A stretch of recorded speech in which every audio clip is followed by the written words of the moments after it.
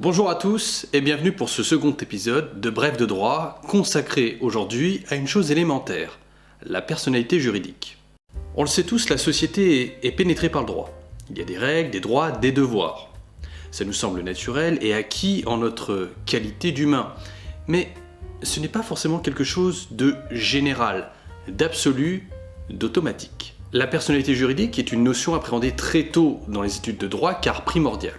Elle se définit classiquement par le fait d'être titulaire de droits et assujetti, soumis à des obligations. En gros, j'ai des droits et des devoirs.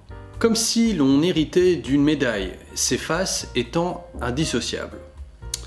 Mais ça, c'est une vision partielle. Déjà, la personnalité juridique peut être reconnue à des personnes, des sujets de droit. Et oui, c'est légitimement que l'on pourrait douter du fait qu'une fourmi ou encore une molécule d'eau dispose de la personnalité juridique. Les animaux jouissent d'un statut reconnaissant qu'ils sont des êtres vivants doués de sensibilité, restant cependant assimilés à des biens. Autrement dit, sans les placer au même rang qu'Homo sapiens, on considère qu'ils ne sont pas de vulgaires choses. En droit, vous avez deux types de personnes. D'abord, les personnes physiques. Donc des gens, des êtres humains, des individus, des corps, etc. Vous avez compris. Mais vous avez également un autre genre de personnes plus abstrait, les personnes morales. C'est paradoxal à définir car simple à comprendre au final, mais dur à expliciter, car ça se conçoit avec le temps, en voyant différents exemples, en éprouvant le concept. Vulgairement, quand je parle à une femme par exemple, on va dire qu'il y a une âme, un esprit, qui s'incarne. Dans l'incarnation, il y a l'idée de chair, de viande, donc du corporel, il y a corporalité. Ce qui procède de l'esprit s'anime, se matérialise, il y a une réalité physique, palpable, et ça forme un tout, l'être humain. Bon, je reste dans du basique, car je suis certain que ce sujet peut être approché philosophiquement. La personne morale, elle, va avoir une âme, en quelque sorte, qui se voit dotée de la personnalité juridique, mais qui n'est pas affectée de manière indissociable à quelque chose de corporel. On pourrait comprendre la personne morale comme une personne avec qui je ne peux pas dîner, avec qui je ne peux pas discuter. Pourquoi ? Parce qu'il va s'agir d'une entité incorporelle, abstraite, théorique, pour faire simple, non physique. Mais puisque je ne peux pas converser avec elle, mais que fictivement, par le jeu de la construction théorique, juridique, elle existe, il faut bien, malgré tout, lui trouver une interface, une personne qui va la représenter. Autrement dit, il me faut une personne bien physique qui sera le réceptacle, l'expression de la personnalité juridique de la personne morale. Une entité morale exprimée par le truchement d'une entité physique distincte. Cette personne qui représentera la personne morale disposera toujours de sa propre personnalité juridique en qualité de personne physique, mais disons qu'elle portera de manière privilégiée en plus un cartable, un sac dans lequel se trouve la personnalité juridique de la personne morale. L'État ou encore une commune sont des personnes morales. Mais quand je sors dans la rue, que je me rends à la préfecture, à la mairie, je ne vois ni l'État ni la commune. Je peux voir ses agents, ses représentants, ses ratés, ses œuvres, mais en elle-même, la commune, je ne la vois pas. En lui-même, l'État, je ne le vois pas. Pour illustrer, M. Martin, ayant la personnalité juridique donc, peut être titulaire d'un droit de propriété sur une maison, mais peut également être aussi responsable juridiquement d'un accident de voiture. Ce même monsieur pourra conclure un contrat, un bail, mettons, avec Madame Michel, concernant la maison dont il est propriétaire. Donc, créer des droits, se soumettre à des obligations. Et ce lien d'obligation entre eux fera qu'ils pourront revêtir la qualité de créanciers.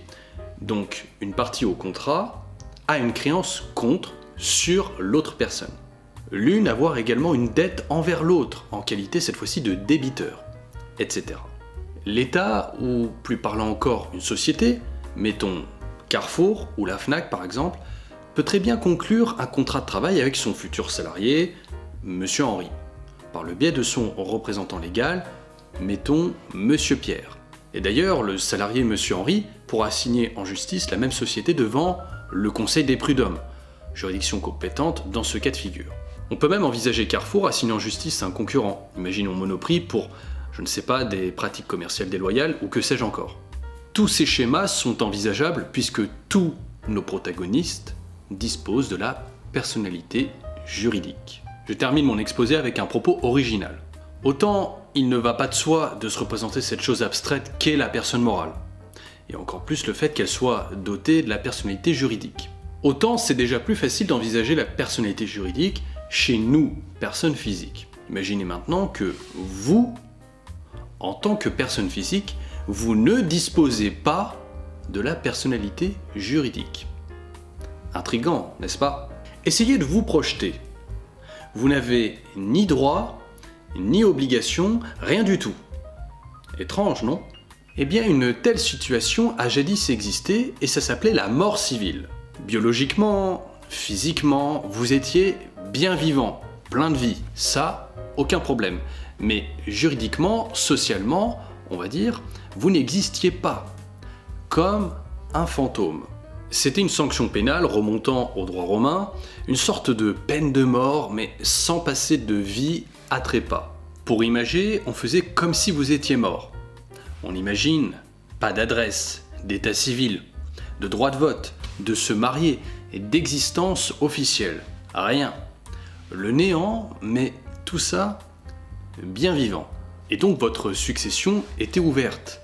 Votre mariage dissous, ce genre de conséquences. Bon, aujourd'hui de fait, chaque personne physique dispose à la naissance de la personnalité juridique et la perd à son décès. Donc tout va bien. Tout au plus dans certains cas, on pourrait restreindre vos droits sans jamais vous la retirer, puisque la mort civile a été abolie en 1854, sous Napoléon III. Citons aussi rapidement la situation d'esclaves qui portait en elle la négation d'une personnalité juridique pleine et entière, ce qui procédait d'une logique où l'esclave était davantage vu comme un objet. Ce qui pose une question fondamentale. Le droit existe-t-il naturellement ou seulement parce qu'il est consacré par l'État, les groupes d'individus, etc. Vaste question. C'est tout pour le moment. J'espère que cette vidéo fut plaisante. Si c'est le cas, n'hésitez pas à soutenir la chaîne, ça lui permettra de sortir de la confidentialité. Merci et à la prochaine.